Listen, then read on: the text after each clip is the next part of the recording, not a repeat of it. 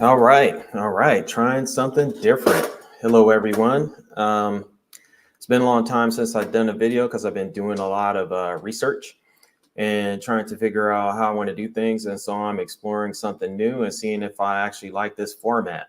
So hope everyone is doing well. And let's kind of get into business. So we all understand that the Fed is basically trying to maintain the economy from crashing. But at the same time, you got massive government spending, right? The borrowing is basically out of control. And so I wanted to share with you to look behind the covers because the media always likes to tell you one thing. But the truth is that something else is really going on underneath the covers. So today we're going to take a look underneath the covers so you can actually see what's really going on. And then from there, you can kind of make decisions yourself as to, how you want to move forward, right? So, looking at interest rates, the Fed controls basically the short end of the yield curve. But as the government continues to borrow money, to fund all the things that they want to do, it's increasing interest rates on the long end of the yield curve. So what I want to do is I want to share with you guys the Treasury TBAC report. This is a report that gets released every quarter, and it outlines, the expenditures for the government. And so this is a good report to look at if you really want to understand, what Congress is doing, where the money is being spent, and, how much money the government is taking in. So in this report, one of the things I want to look at is here they talk about what the receipts are, right? So far, we had in Q2 of 2024, 1.1 trillion of receipts come in, but, the government is spending 1.6 trillion, right? So, simple math, they're in a hole like 500 billion, right? And typically what happens, most people don't understand this. When the Congress passes legislation to fund things, the Treasury has to sell Treasury bills to fund what the Congress legislates, right? So that money has to get borrowed into existence. It's not like we have the money and we decide to spend it. It's like the Congress will appropriate where the spending happens, particularly in the House is where it starts. Senate signs off of it. President does a final sign off on it. Then the Treasury goes about funding it, right? And it goes into the pipeline for the Treasury auctions because they got to raise the capital to fund whatever gets legislated. Okay, so let's dive into this a little bit more. Okay, I want to talk about what's been recently happening with the wage increases. So, in California, you can see they raised the minimum wage to $20 an hour. And, the way that I look at politics, I have a simple definition for politics. So politics is politics is leveraging the art of diversion and manipulation deceit in order to achieve a strategic objective, right? So a diversion means is that they give you something false to look at or to justify what they're doing, not really telling you the real reason why they're doing what they're doing. Okay, so just keep that in mind, that definition that I gave you, that politics is about leveraging the art of diversion and deception to achieve a political objective, right?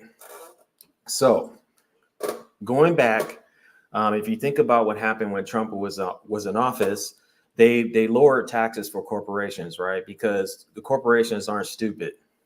They basically the ones that can incorporate offshore, so the money that they make outside of the United States never comes back into the United States, and they don't pay taxes on that money. And so what they will do is they'll incorporate in a country that has the lowest corporate tax rate. That way they're minimizing the amount of taxes that they pay. Now, there's nothing wrong with this. In fact, every person should be operating in the sense of trying to minimize their tax liabilities, only paying what you owe and nothing more, right? And if there are legal means, for you to reduce your tax liabilities, you should always take advantage of those to minimize your tax liabilities. It's just human nature, right? So looking at this chart here, if you see in green, this is the corporate taxes that corporations pay. Now, if you look at this line, you can see it's relatively flat, right? And there's a reason for that. you'll hear the Democrats talk about, oh, corporations need to pay their fair share in taxes, but the truth is that it's the factions of corporations that actually fund Congress political campaigns so that they can stay in office, right? So the politicians are already bought and paid for. They have various companies that donate, millions and millions of dollars to them, and and they're different factions. Some are in the military industrial complex, some in certain areas of the economy, but they all, give money to Congress, and even sometimes, in many cases, provide the legislation to Congress to push, to get passed, right? Now, if they want to try and increase taxes on corporations, there's a couple of things that can happen, right? They can go back to what they were doing before, which means that, they'll just reincorporate offshore, and they'll find ways to minimize their tax liabilities. So there's no way for them to do that. The other way that they can increase the amount of money that they get out of corporations is through the employee, right? So it's typically the employee that pays the most taxes. So if they can increase your wages, they're going to increase the amount of tax revenue that they collect out of you, right? And that takes us to this black line. So this is the individual income taxes. And if you look at this pattern here, starting from March 14th, you can see that this line is on a steady increasing pattern, and then it kind of spikes up, and it's continuing on an incline while, the corporate tax rate is barely moving. Now, if you look at Social Security insurance taxes, you can see as people's personal income goes up, so does the taxes for Social Security. And then they also kind of trickle up how much they take out of your check periodically, to compensate for cost of living adjustment, right? So they're taking more out of your check for Social Security, robbing Peter to pay Paul. And then on top of that, they're increasing your wages so that they can collect more income taxes out of you, while the corporations barely pay anything at all, right? And so if you look at what happened in California with the $20 an hour thing, what they essentially did was they leveraged the fast food worker and said they need to have a living wage. Oh, inflation is pressuring them. They can't afford to live, right? So what they do is they said, we're going to increase wages for them, right? Well, that's the diversion, right? They use appeal to emotion, which is a psychological term. You can look it up, appeal to emotion. Pull at your heartstrings and say, yeah, these people are suffering. They're working hard. They should get paid more. Who doesn't want to get paid more, right? But there's downstream consequences for that. But that's the diversion, right? What they're really trying to do is put pressure on all small businesses, right? Because if you think about it, if you pay somebody flipping a hamburger $20 an hour, why would the person at Foot Locker want to work at Foot Locker when they can go work at Carl's Jr. and get paid $20 an hour, right? And so what ends up happening is that a lot of businesses will come under pressure because they need employees to work in order for their business to work. But the byproduct of that is now you have wage inflation, which is causing consumer price inflation because the businesses, many operate on thin margins as it is. So they're not able to absorb those costs. So what ends up happening is that they have to increase their prices to compensate for that so that they can keep their margins as much as they can while at the same time, increasing the pay for employees. But in the end, it's the government who wins. Why? Because when you increase the wages of the employee, you also increase the tax liability of the employee. So they end up paying more taxes to the government. They can't get it out of the corporation, but they can get it out of the employee, right? So you need to keep that in mind. So now you got to ask yourself, right, what the hell is really going on here, right? Now, these are the outlays. And for the layperson that doesn't understand, is basically this is where the money is going, what they're spending it on. Now, you can see that here, Health and Human Services, right, that's Medicare. That's still kind of like the biggest expenditure that we have right now. And so right now that's hovering around $22 billion for the quarter. So in 3 months, they're spending $22 billion just on Medicare, right? The one that you really want to look at, the crazy one, is the Department of the Treasury. And if you look at this number is $112 billion for 3 months. Okay. Year over year, that's a 20% increase in debt expense, right? And it said primarily due to $138 billion or a 36% increase in the gross interest on public debt, right? So because we have this higher interest rates, Um, and the government is continuing to borrow money into existence to fund things like Ukraine, to fund Taiwan, to fund, the NGOs that they have bringing illegal immigrants into the country. So all of that stuff has to get borrowed, but they're borrowing at higher interest rates. What they are also not telling you is that a lot of foreign countries are allowing the debt that they're holding, the US treasuries that they're holding, to mature, because they know with higher interest rates, bond prices fall. And if they sell before the ball is due, they'll lose money, right? So what they do is they allow these bonds to go to maturity so that they can get their capital back. But what ends up happening is that the United States doesn't have the money to pay back those bonds. They have to borrow money to pay back those bonds. Now, those bonds that they have to pay back are very low interest rates bonds. You got to remember, we came from a very, very low interest rate environment, right? And so what's happening is that as those bonds mature and the United States has to pay back the money that they borrow, they're continuing to borrow at much higher interest rates to pay back money that they borrowed at much lower interest rates, right? This is dangerous. Okay. And the reason why this is dangerous is because it increases the tax burden, right? Because they're under pressure to borrow more and more to pay back what they borrowed in the past, the money has to come from somewhere, right? So a couple of things are happening, and they're not talking about it much, but you're hearing grumblings about it, is the Trump tax cuts are getting ready to expire. And that's going to increase the amount of taxes that the government is going to collect out of the people, right? That's the first thing. The other thing that you're hearing happening is that they want to raise the capital gains tax rate up to 44%. And this is really, really important. And I really want you to understand this. Okay. Right now in the United States, about 12,000 people a day turn 65. And what that means is that there is a very large amount of people retiring every day out of the workplace. Now, if we look at the way that most people's retirement is structured, we already know that the vast majority of people don't really have a strong 401k to depend on. Okay. But what they do have is a house.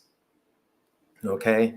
And so what ends up happening is that 7 out of 10 Americans are not financially prepared to handle their medical expenses in retirement. So typically what ends up happening is that when they retire, they'll sell their largest asset because it's appreciated over the time that they own it. A lot of people are sitting on hundreds of thousands of dollars of equity. They sell their home.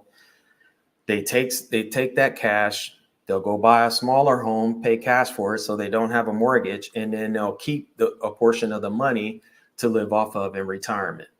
Now, let's look at what happens from a tax perspective. Okay. If you are married when you retire, okay, and your spouse is still living, you get up to $500,000 in an exemption. Now, we all know that real estate has appreciated at an insane rate over the last 5 years. In the area that I live in, homes are now in the multiple millions of dollars, right? The average move-up buyer home is 3 to 5 million. Starter homes are 1.5 to 2.5 million. So the homes are really expensive. So for people that came and moved here, and I'm just using this as an example, let's say that you have, $1 million of appreciation or equity in your home, and you sell your home. Well, that first $500,000, you're not going to have to pay any taxes on that money, right? But that other $500,000, that $500,000, you're going to have to pay a lot of taxes on that, because that money is going to throw you in the top tax bracket, right? And if the Congress is able to pass a 44% tax on capital gains, what that means is if you live in the state of California, 59% of that $500,000 is going to the government. So your calculation for retirement is going to get screwed, right? And so most people are not paying attention to this. These things are kind of happening in a way, and they're using a lot of diversion. So you're not paying attention to what's really going on. They got these protests going on at the universities. They want you to look at Middle East conflict. They don't want you to pay attention to what's happening here at home, right? you have this huge retirement bubble. We know that the vast majority of these people that are in retirement age, most of their wealth is tied up in real estate, which is their primary residence. They're trying to increase the capital gains tax because they know at some point you're going to need that money to retire. But what the government is going to do is they're going to try and take half of that money, right? So, and if you're retiring at this age, everybody's trying to get the most for their home, right? Because it's their retirement. I don't blame them. You know what I'm saying? Get your bag. You know what I'm saying? But what you really need to think about is that you're in an environment where interest rates are really high. So if you are going to sell your home, you need to buy a home for cash, right? Now, if you got a ton of equity, whatever you initially put in there, you get that money back. If you're one of those people that bought your home a long time ago and you only paid $200,000 for it, you're in deep doo-doo, because you get that $200,000 back because that's what you put into it.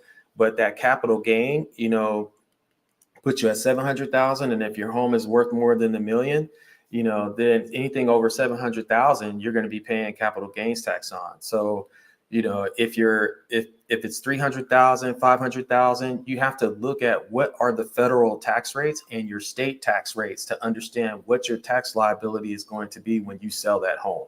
Okay. Most people are not looking at that. So I say this to, tell people that you really have to understand politics and realize that, the art of diversion is really being used against you in a very heavy way, and it's orchestrated, right? This is one of the reasons why you got to stop watching, mainstream media in the first place, because all they're doing, is distracting you from what's important, right? You got crazy inflation going on where the cost of living is going up dramatically. You have a cultural agenda. They think that there's too many people on the planet. So what they're trying to do is they're putting strategies in place in order to reduce the population, right? And it's going to be pretty effective, right? One of the ways that they're doing that is they're breaking up the nuclear family, right? So, with prices as high as it is, you're not going to be able to afford anything on your own. Even if you have a salary of $100,000 a year, typically those higher salaries are in places that have a high cost of living. And so, because of this rampant inflationary period that we went through, prices are not going to go down. Real estate is not going to crash, and wages are going to take many years to catch up to where things are now, to where people can actually be comfortable with buying groceries, buying clothes to put on their back. You have massive inflation in automobiles. That's one of the reasons why insurance rates are high, is because the cost of the automobile has risen dramatically, and the cost of repairing has risen dramatically. And so, auto insurance companies have to raise rates to compensate for that, right? They're not going to operate at a loss. So going back to the nuclear family, they're encouraging people not to be married. They're encouraging people not to form households. And then what's happening is that having children out of wedlock creates a dysfunctional society, because you don't have balance in the home. Most people don't want to admit that, but that's exactly what happens. And this is a vicious cycle that will continue to repeat itself, right? So now you have an environment where people are living single. Their income is not enough, to maintain a meaningful life. You know what I mean? It's like you're going to be struggling to do everything because the cost of everything is so high, and you don't have the power of two incomes to help you with that. Social media is designed to promote promiscuity. They're doing everything to kind of break society apart. And then with the other agenda that they're doing with the schools and gender identity, it really is designed to prevent people from having children, because if you change your sexual identity, in most cases, it's going to, impact whether or not you have kids. Most people don't want to believe that, but if you look at the birth rates, all you have to do is go look at the data. The data will tell you. So I say all of this is you need to understand what's going on so you know how to plan and protect yourself. You're not going to be able to stop what's coming. I was having this conversation with my wife yesterday, and I was like, I think it's already done. I don't think, there's any way for us to turn back. I mean, we're going to try and turn back, but I don't think it's possible. I think the damage has already been done, and there's no way to return to back to, like, the way things were, right? And so it's like, what is the world going to be like going forward? Well, I can tell you one thing: cash flow is going to be really, really important, and you need to have assets, right? You need to have base assets, you need to have liquid assets, and you have to have income producing assets, right? So, gold and silver to me is like a great foundation. You always need to have, some gold and silver, preferably silver, because it's easier to accumulate. And then one of the things that I look at that I'm also investing in is in cryptocurrency, which is like Bitcoin, because Bitcoin is kind of like the primary cryptocurrency that all the banks are getting into. And we know that it's going to be a very limited supply. So I believe that there is going to be a huge opportunity there. So me personally, I'm putting money there. And then I'm also investing in cash flow generating assets, to offset my income and to use that to further build more cash flow generating assets, right? Because at the end of the day, that's what's going to be important, is you need to be able to keep up, right? The other thing too is that you have to be careful how you move in society now. A lot of things are changing underneath your feet. Look at your neighborhood, look at your stores and stuff, look at the place where you live, look at the demographics. You want to pay attention to all the things that are happening in your environment, because your environment can change, right? And so while your neighborhood might be a great neighborhood now, it might not be one tomorrow. So you need to really be thinking about that as society starts to change. You have a huge influx of people coming into this country.